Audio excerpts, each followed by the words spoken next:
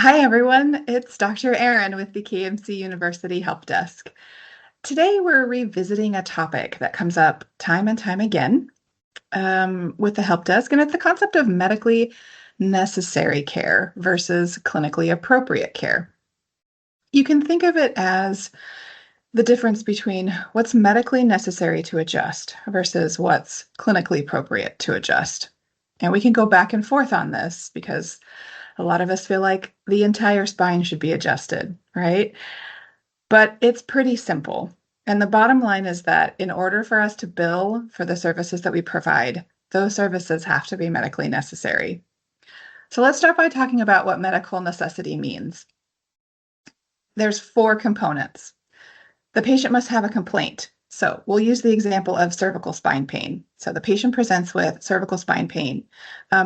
Perhaps this person has cervical spine pain that travels down into their left arm. So you, as the doctor, must have objective findings to support that complaint. So we have subluxations at C5 and C7. We have taut and tender fibers in the cervical spine. We have reported pain and dermatomal changes down the C5 dermatome.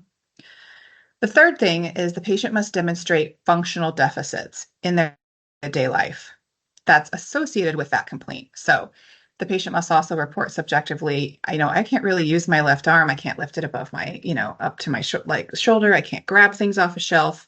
So they have a functional deficit associated with that complaint. And then finally, you as the treating doctor, you have to come up with a plan of care for that complaint. And that plan of care needs to include a few things. We have to have a diagnosis. We have to have a frequency and duration of care. We also have to have functional goals related to the issues that the patient is experiencing that's related to the complaint. It also has to be related to the area of the body, so in this case, the cervical spine. And then we also have to discuss the services that we're going to provide to the patient. Are we going to adjust? Are we going to use modalities? We need to put all of that together in order to appropriately bill. And those 4 things create medical necessity, which again is what's needed to bill for services in this instance. So if all of those things are in place, then your treatment is considered medically necessary and therefore billable. But what happens if during the exam you come across a lumbar subluxation or an ilium subluxation? Well, then it may be clinically appropriate to treat those areas. So let's go back to that example. If during your exam with this patient, you also find a lumbar subluxation or a subluxation in the pelvis, you have findings associated with that. So from a clinical perspective, it is now clinically appropriate to treat those areas, but we don't have the other pieces that make it medically necessary care and therefore billable care. What we have is compensatory, a compensatory subluxation potentially. So it's still okay to treat those areas, but without all of the components that come up with that create medical necessity, we can't bill a third-party payer for those adjustments. So I hope that it clears up a little bit the difference between medically necessary care and clinical appropriate care.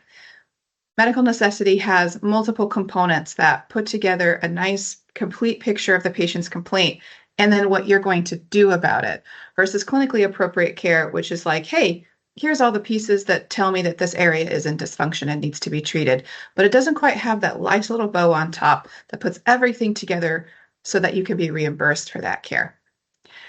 Thank you so much for watching today. And if you like this content, don't forget to follow us on all of our social media platforms to learn more from the chiropractic compliance and reimbursement experts.